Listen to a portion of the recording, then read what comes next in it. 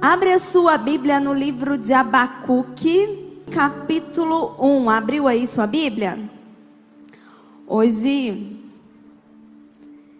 eu estava estudando a palavra de Deus. Hoje o pastor Edson falou uma coisa muito interessante, né? Se você tem o hábito de pegar um plano de leitura para que você leia a Bíblia o ano todo, a maioria deve estar em Gênesis, né? Mas tem vários tipos de leitura, de planos. Tem planos que é pela ordem cronológica e não pela ordem que está disposta na nossa Bíblia, que nós usamos hoje.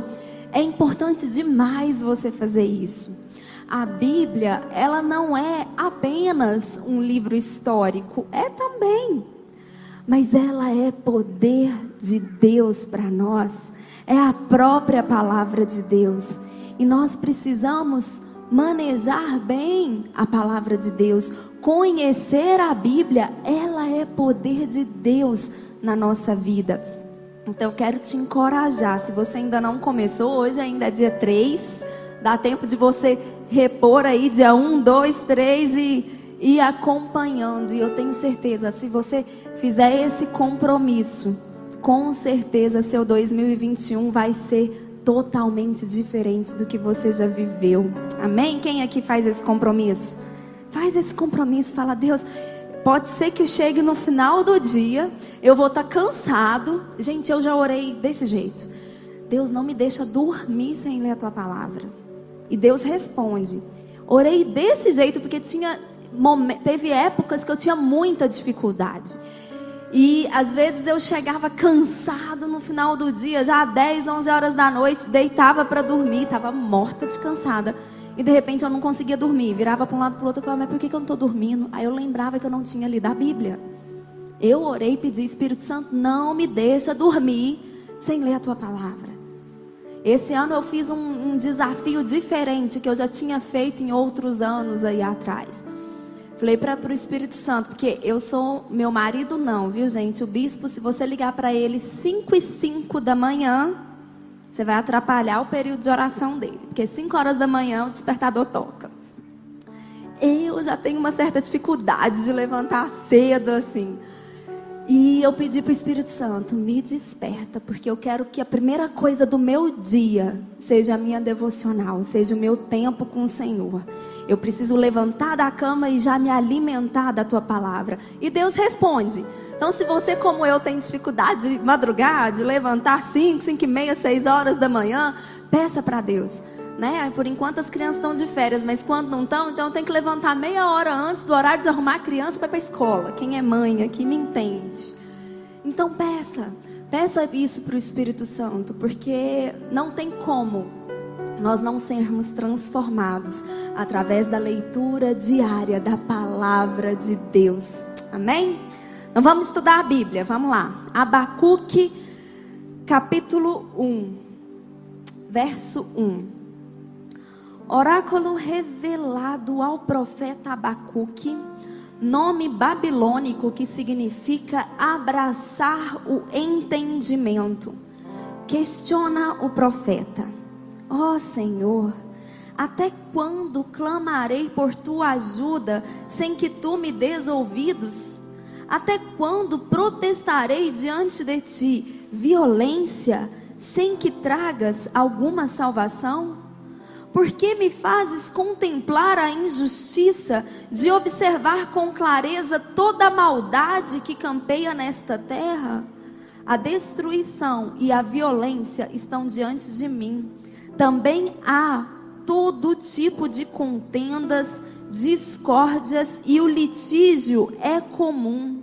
Por este motivo, a lei e o direito se enfraquecem, e a justiça nunca prevalece. Os ímpios prejudicam e extorquem os justos, e assim a justiça é pervertida. Quem aqui já fez essa pergunta para Deus? Por que tem tanta maldade no mundo? Por que acontece tanta atrocidade? Por que tem tanta injustiça? Era isso que o profeta estava perguntando para Deus. Talvez falando aqui de uma forma poética, o que eu e você muitas vezes questionamos. Por que tem tanta maldade? Por que tem tanta perversidade? E essa pergunta é feita para Deus mesmo, porque Ele é o Todo-Poderoso. Ele é aquele que tem domínio sobre todas as coisas.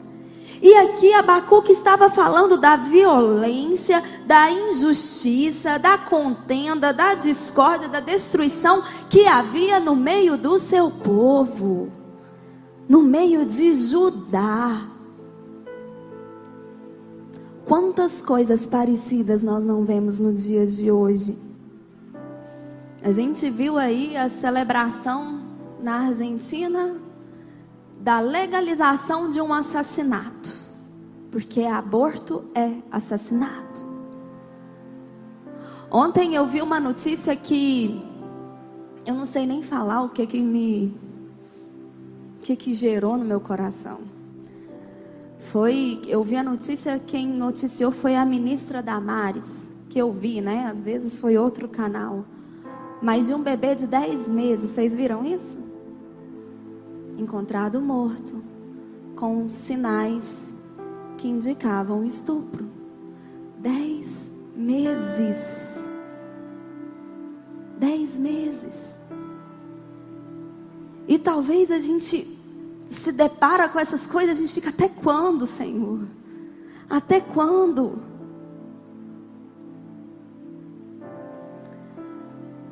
No verso 5, Deus responde. Deus jamais nos deixa sem resposta. Deus sempre responde os filhos que clamam a Ele. Sempre. Olha no verso 5.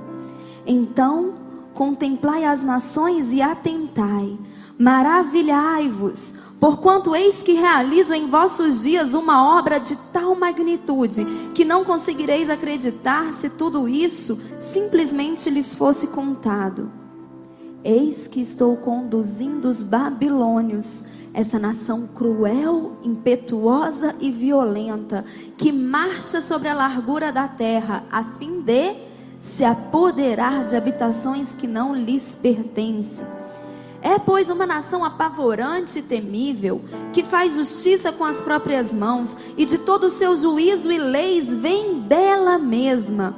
Os seus cavalos de guerra são mais rápidos que os leopardos, e mais ariscos e ligeiros que lobos ao pôr do sol.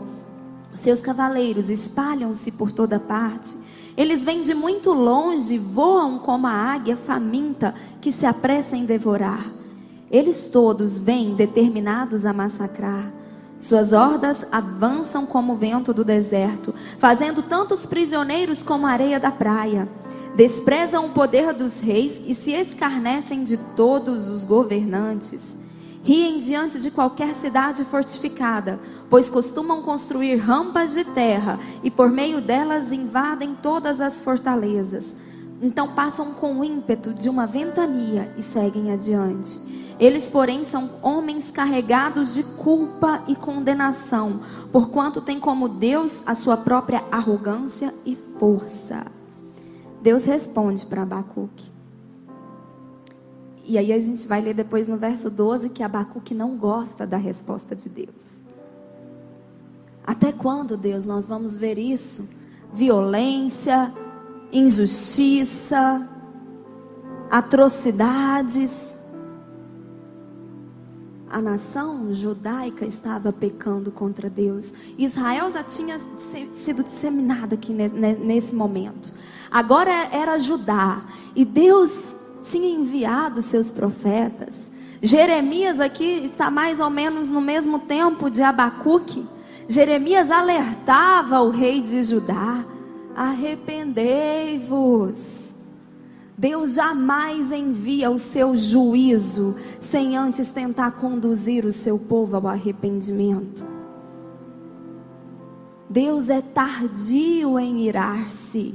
O juízo de Deus vem, mas é depois que Deus já tentou, com a paciência, com a longanimidade. E não houve mudança, e não houve conserto, e Judá não se voltou a Deus, não se arrependeu dos seus maus caminhos. E aí Deus responde para o profeta: eu vou enviar a Babilônia, eu vou enviar o povo babilônico, para trazer o juízo, para trazer a correção sobre o meu povo Judá. E aí no verso 12, olha o que o profeta fala para Deus. Ó meu Senhor, Deus meu santo, porventura não existes desde a eternidade? Tu jamais morrerás e nós te seguiremos. Mas Senhor, tu designaste justamente essa nação pagã para executar o teu juízo. Ó rocha de refúgio, tu decidiste estabelecer este povo para aplicar o castigo. E aqui Abacuque começa a conversar com Deus, e eu acho tremendo porque Deus escuta, da mesma forma que Deus nos escuta. Quando a gente não entende o que Ele está fazendo, quando a gente não entende os desígnios e propósitos de Deus, Deus é Pai, Deus nos escuta, mas como Pai, Ele também fala não, Ele também nos corrige, Ele também nos exorta. No primeiro momento, até quando, Senhor, até quando veremos essa maldade? Deus responde, eu vou mandar a Babilônia. Abacuque se assusta, porque Deus vai corrigir o seu povo, usando um povo pagão. E aqui, eu até orei hoje e pedi para Deus me dar graça, para eu conseguir transmitir para vocês o puxão de orelha que o Espírito Santo me deu. Aqui eu estou pregando para a igreja, amém? É para o povo de Deus, amém? E no nosso meio, o apóstolo Paulo diz que o pecado nem tem que ser nominado no nosso meio. Então eu vou partir do princípio, do pressuposto que nós estamos vivendo nessa ótica que Paulo nos traz, amém? O pecado não pode ser não deve nem ser nominado no nosso meio. E aí o Espírito Santo me fez lembrar de alguns pontos que a igreja, de forma geral, a igreja, o corpo de Cristo, tem errado. Quando Deus criou o homem, quando Deus criou o mundo, lá em Gênesis 1, Ele criou tudo, depois Ele criou o homem, e aí Ele vira para o homem e para a mulher e Ele dá uma ordem: sede fecundos, multiplicai-vos, enchei a terra, sujeitai-a, dominai-a. Aí o Espírito Santo me fez lembrar daquele texto, daquela historinha que está lá em Juízes, no capítulo 9, em que fala que as árvores foram procurar alguém para governar sobre elas. E foram atrás da oliveira, e foram atrás da figueira, da videira, que são árvores boas. Mas nenhuma dessas árvores quiseram governar, porque elas iam deixar de cuidar, de produzir ali o seu fruto. A videira ia deixar de produzir o vinho que alegra, que é usado também como remédio, que cura. Não, eu não vou deixar de fazer aquilo que me dá prazer, aquilo que me dá vida, aquilo que eu fui criado para fazer, para governar. E aí as árvores boas, a oliveira, a figueira, a videira, escolhem o espinheiro para governar. O espinheiro, que é uma planta rasteira, é uma planta que não traz uma sombra agradável, é uma planta com muitos espinhos que sufocam todas as outras plantas que querem crescer ali do lado. O espinheiro, que é uma planta, em Israel tem muito, e quando vai chegar antes da colheita, antes de você plantar num terreno, num solo, você tem que arrancar todo o espinheiro, porque se você deixar ele ali, e você preparar a terra, e arar o solo, e plantar sua semente, e cuidar, quando chegar a época da colheita, o espinheiro facilmente pega fogo. Ele incendeia, ele queima e destrói tudo. Porque as boas árvores não quiseram abdicar, não quiseram sacrificar-se em prol de todas as outras árvores. O espinheiro começou a governar. Lá em Provérbios diz que quando o ímpio governa, o povo geme. Ah, bispa, você está falando de política? Também, não só. É engano nosso achar que o cristão, que a igreja dominar e exercer influência numa sociedade é apenas através da política. Engano, não é. Você como empresário, você no judiciário, você onde quer que você esteja, você precisa dominar, você precisa governar. Jesus nos chamou, nos convocou para ser sal e luz. Meu querido e minha querida, sal e luz não abençoa a si mesmo. O sal e a luz é usado para abençoar os outros. Não pense você que o propósito de Deus para a sua vida é que você vivesse aqui nessa terra, constituísse uma boa família, vivesse aí de acordo com os princípios do Senhor, sendo um bom cristão apenas. Dominai, dominai. Você é professor? Dominai. Esses dias não, tem um tempo, eu conversando com uma professora, e ela um pouco angustiada, porque o esposo estava incentivando e ela não queria. Tinha como ela passar por um processo lá, seletivo, interno, para ela virar diretora. E ela, mas eu gosto tanto da sala de aula. Eu falei, mas a limitação, a ação de um professor, de uma pessoa dentro de uma sala de aula é uma. Quando essa pessoa, que é uma árvore boa, que é uma videira, ou que é uma oliveira, ou que é uma figueira, passa a ser diretor, a área de atuação amplia. Você começa a dominar, vocês estão entendendo? Quando o ímpio governa, o povo geme.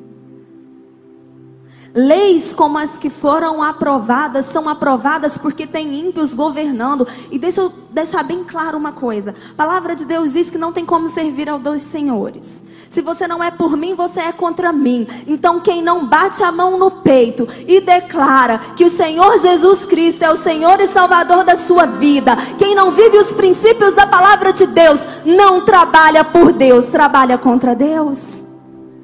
Nós precisamos parar de deixar o espinheiro dominar, de deixar o espinheiro governar, simplesmente porque nós não queremos sacrificar a nossa vinha, o nosso fruto. Os líderes de uma nação podem levar toda aquela nação a pecar. Foi isso que aconteceu com Judá. Tudo começou com o rei. Jeremias ia diante do rei, alertava o rei, e o rei era um rei obstinado, era um rei de coração duro, que não se voltou ao Senhor, que não se arrependeu, e Deus mandou o juízo. Eu não sei o que você pensa. Eu vi uma montagem, e eu realmente creio assim, com uma cena do carnaval de 2019. Alguém viu essa montagem? 2019? 2020, né? 2020. E aí a cena no mesmo lugar, ou era Rio de Janeiro ou era São Paulo, né? Onde acontece aqueles desfiles. Tudo vazio. Eu não sei você, eu não tenho dúvida que toda essa atrocidade que nós temos vivido é consequência do pecado do mundo, do pecado de homens e mulheres. E nós, como cristãos, nós temos sim que orar, nós temos sim que cuidar, né? Cuidar da nossa vida, do nosso estilo de vida, da forma como vivemos. Mas nós precisamos entender o que é ser sal e luz. Eu preciso entender que a minha luz não é para iluminar o caminho apenas dos meus filhos, da minha família, de quem está perto. Deus nos chamou para ser farol. É para você iluminar quem está lá no meio da tempestade, que não sabe nem o rumo que vai.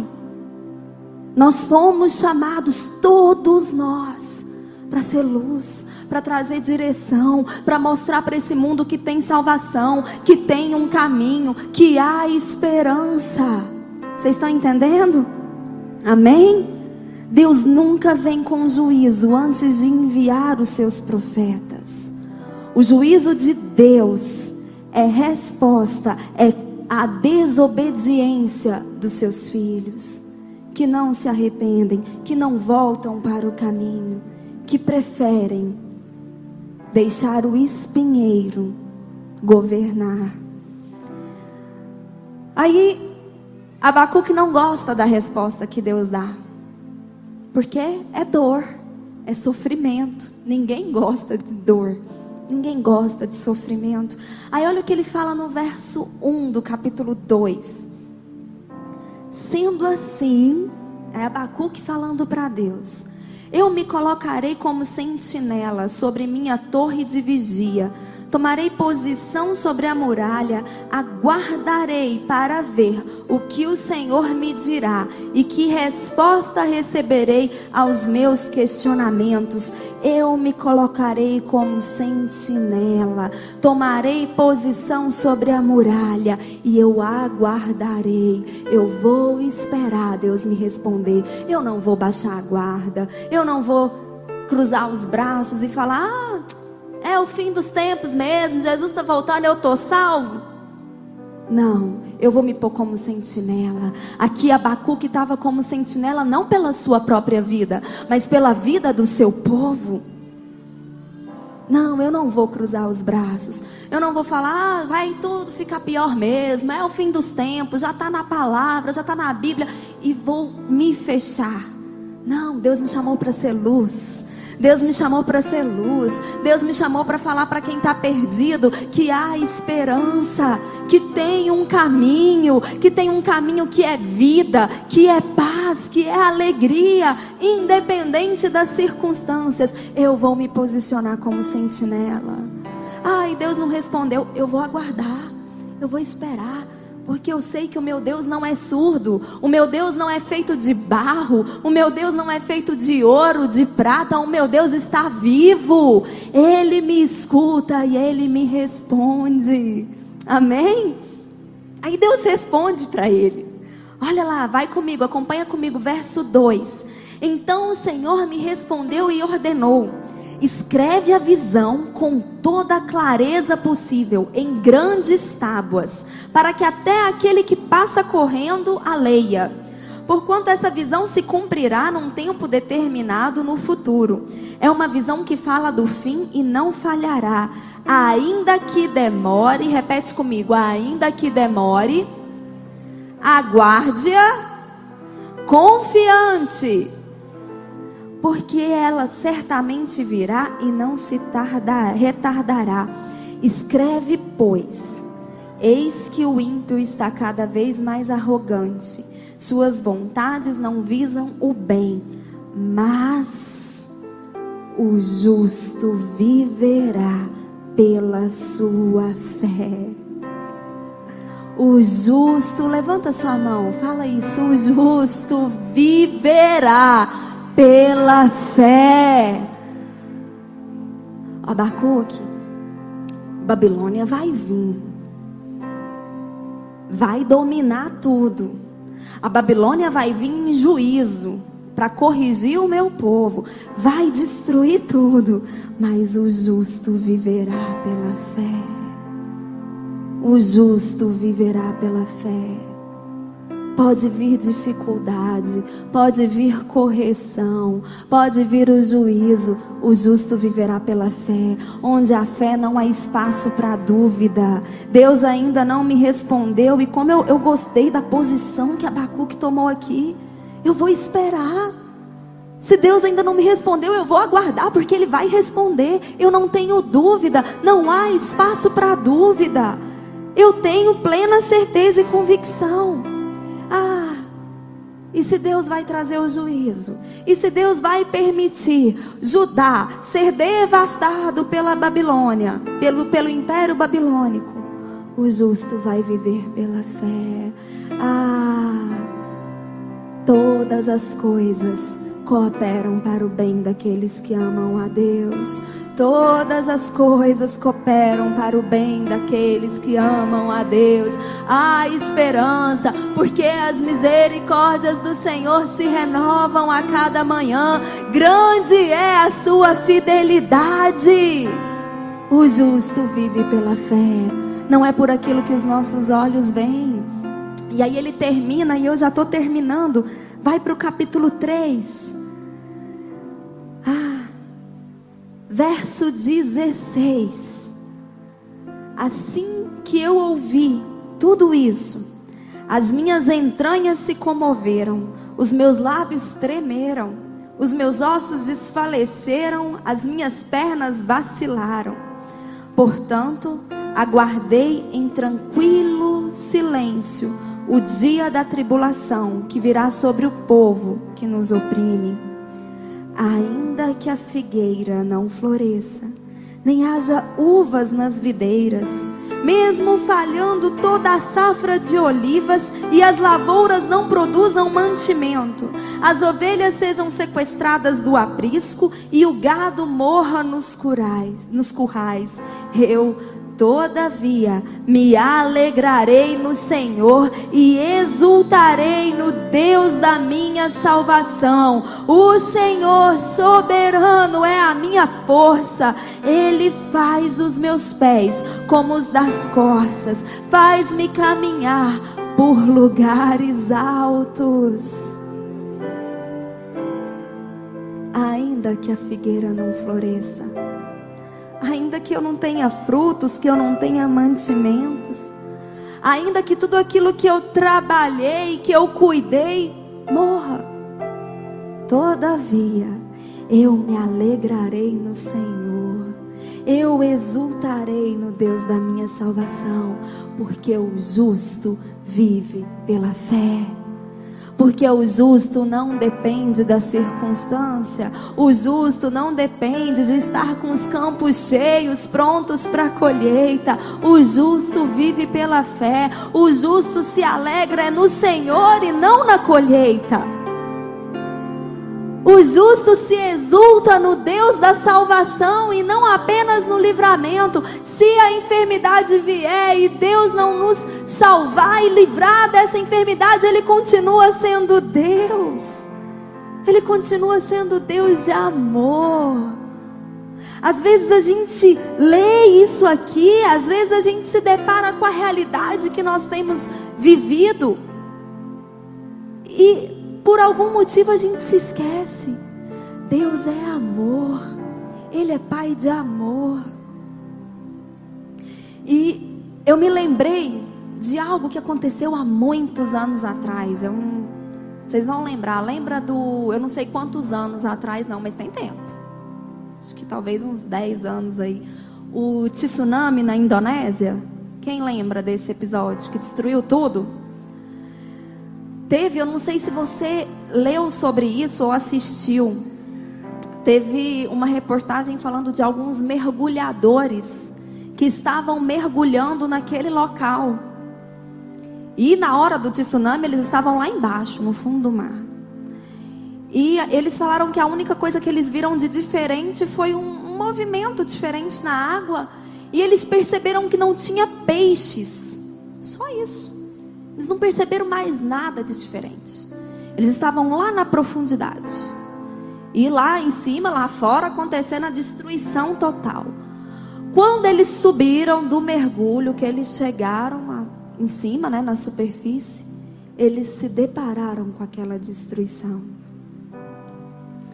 Deus me fez de lembrar de um texto, tem até música sobre isso, lá de Ezequiel.